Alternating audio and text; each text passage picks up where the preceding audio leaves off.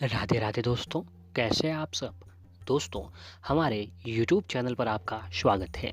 हमारे इस चैनल को सब्सक्राइब कीजिएगा और हमारे वीडियो को लाइक शेयर और कमेंट जरूर कीजिएगा।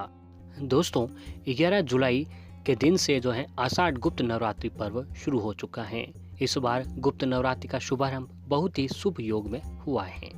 इस पावन पर्व का समापन दोस्तों 18 जुलाई को होने वाला है और वो भी बहुत ही शुभ नक्षत्र के योग में होगा।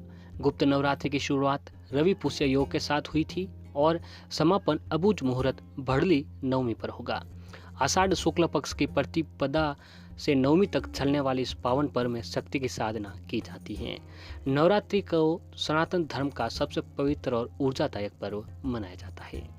एक वर्ष में दोस्तों कुल 4 नवरात्रि होते हैं। इनमें से 2 गुप्त नवरात्रि और 2 सामान्य नवरात्रि होते हैं। गुप्त नवरात्रि आषाढ़ शुक्ल प्रतिपदा और वर्षा ऋतु के मध्य आरंभ होता है। ये नवरात्रि गुप्त साधनाओं के लिए प्रेम श्रेष्ठ कहा गया है। जी हाँ दोस्तों, गुप्त नवरात्रि जो है धर्म कर्म उपाय यात्रा और साधना का दिन होता है। गुप्त नवरात्रि में जो भी तंत्र शास्त्र में विश्वास रखते हैं उन लोगों के लिए बहुत ही उपयोगी दिन होते हैं। इन दिनों में अगर व्यक्ति चाहे तो दोस्तों आपकी सारी कष्ट परेशानी जीवन में जो भी दुख दर्द है कठिनाइयां हैं वह सारी दूर होती है और भगवान का आशीर्वाद बनता है। इस दिनों में किए गए दोस्तों जो भी काम हम करते हैं उपाय यातना साधना उसका परिणाम बहुत ही जल्द और बहुत ही शुभ फल प्राप्त होता है। इन दिनों में किए गए काम व्यक्ति को बहुत ही शुभ फलों की प्राप्ति दिलाता है।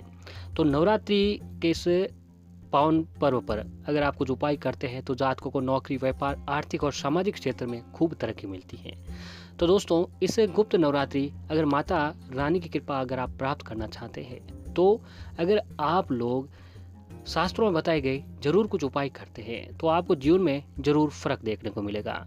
इन उपायों को करने से जीवन में सुख समृद्धि का आपको सुख समृद्धि मिलेगी, साथ ही जीवन में जो भी धन दौलत की कमी है वो भी पूरी होगी। तो दोस्तों, नवरात्रि के दिनों में जो है तुलसी पूजा करना भी काफ़ी महत्वपूर्ण बताया गया है। तुलसी की पूजा करने से माता लक्ष्मी जी प्रसन्न होती है क्योंकि तुलसी जो है माता लक्ष्मी जी का ही एक स्वरूप है। तो दोस्तों, इस नवरात्रि के 9 दिनों पर अगर आप माता लक्ष्मी जी को प्रसन्न करना चाहते हैं, अगर आप चाहते हैं कि माँ लक्ष्मी जी की कृपा आपके ऊपर बने, तो दोस्तों आज हम आपको एक ऐसा छोटा सा उपाय बताने जा रहे हैं जिस उपाय को करने से आपकी आर्थिक तंगी, घर की नकारात्मकता, पति पत्नी के बीच में लड़ाइयाँ, घर के लड़ाई झगड़े, ग्रह कलेश जो भी है, इस उपाय को करने मात्र से आपकी हर परेशानी दूर होती हुई नजर आएगी। तो दोस्तों, अगर आप नवरात्रि के किसी भी दिन जो है मात्र तुलसी जी पर एक विशेष चीज़ का भोग लगा लेते हैं, यानी तुलसी को एक विशेष चीज़ चढ़ा देते हैं जो आपको हम बताने जा रहे हैं, तो दोस्तों फिर देखिए आपके जीवन में आपको सकारात्मक बदलाव देखने को मिलेंगे। जो भी जीवन में कष्ट संकट परेशानियां हैं वह दूर होगी और आपके ऊपर माँ लक्ष्मी जी जरूर प्रसन्न होती है क्योंकि दोस्तों धन की देवी माँ लक्ष्मी जी है। तो हर व्यक्ति चाहता है कि माँ लक्ष्मी जी की कृपा प्राप्त हो। तो ऐसे में आप भी चाहते होंगे कि माता लक्ष्मी जी की कृपा आपके ऊपर प्राप्त हो, तो दोस्तों आपको एक छोटा सा उपाय जरूर करना चाहिए। तो आइए दोस्तों, इस उपाय के तहत आपको क्या करना चाहिए उसके बारे में आपको बताते हैं। दोस्तों, तुलसी को जो है हमारे हिंदू धर्म में माता का भी दर्जा दिया हुआ है। कहा जाता है जिस घर में तुलसी जी की पूजा आराधना की जाती है उस घर में दोस्तों कभी किसी प्रकार की नकारात्मकता जो है नहीं पनप पाती है। तो अगर आपको भी लग रहा है आपके घर में कोई नकारात्मकता है जिसके कारण व्यक्ति को जो है तरक्की में रोड़ा बन रही है, जी हाँ दोस्तों, जिस घर में नकारात्मकता होती है उस घर में व्यक्ति को जो है आगे सफल होने में बड़ी दिक्कतें आती हैं। तो अगर आपके जीवन में भी ऐसा है तो इस उपाय को करने से आर्थिक तंगी को हमेशा के लिए खत्म हो जाएगी। इस उपाय को दोस्तों इस गुप्त नवरात्रि के पावन दिनों में आपको ये उपाय किसी भी दिन कर सकते हैं। ये उपाय बड़ा ही दोस्तों प्रभावी उपाय है। कई लोगों को इस उपाय ने उनको एक नई जिंदगी दी है, यानी गरीबी से अमीरी की ओर ये उपाय लेके गया है। तो आपकी भी ऐसी कोई दिक्कत है तो ये उपाय जरूर करें। तो इस उपाय के तहत दोस्तों आपको जिस दिन भी आप ये उपाय कर रहे हैं उस दिन आपको सुबह जल्दी ब्रह्मा मुहूर्त में उठना है। उठकर माता लक्ष्मी जी का ध्यान करें और जिस दिन भी आप उपाय करें उस दिन आप हो सके तो व्रत जरूर रखें क्योंकि व्रत हमारे हिंदू धर्म में बहुत अधिक मान्यता वाला बताया जाता है। फिर दोस्तों आपको इस उपाय के लिए गाय का कच्चे दूध की ज़रूरत है। जी हाँ दोस्तों, गाय का कच्चा दूध ले आएँ। इस बात का ध्यान रखें कि उसमें ज़रा सा भी पानी मिला हुआ नहीं होना चाहिए, एकदम कच्चा दूध होना चाहिए, तो बहुत ही अच्छा रहता है। फिर एक दोस्तों छोटे से बर्तन, अगर चांदी का बर्तन हो तो ये बहुत ही अच्छी बात है, ये सोने पे सुहागा है।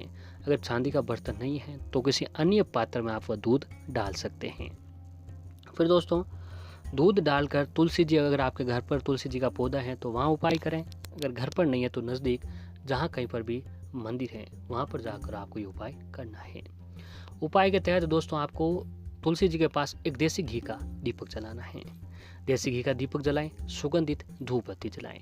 फिर तुलसी जी के जड़ों में धीरे धीरे जो है गाय का कच्चा दूध 7 बार चढ़ाएं और साथ ही इस मंत्र का जाप करें। मंत्र है ओम श्री तुलसी विद्यमहे विष्णुप्रियाय धीमहि तन्नो प्रचोदयात्। ओम श्री तुलसी विद्यमहे विष्णुप्रियाय धीमहि तन्नो प्रचोदयात्। इस मंत्र का जाप अगर आपने आज के दिन कर लिया तो दोस्तों आपके जीवन में जो भी संकट, कष्ट, परेशानियां आ रही हैं वो खत्म होगी।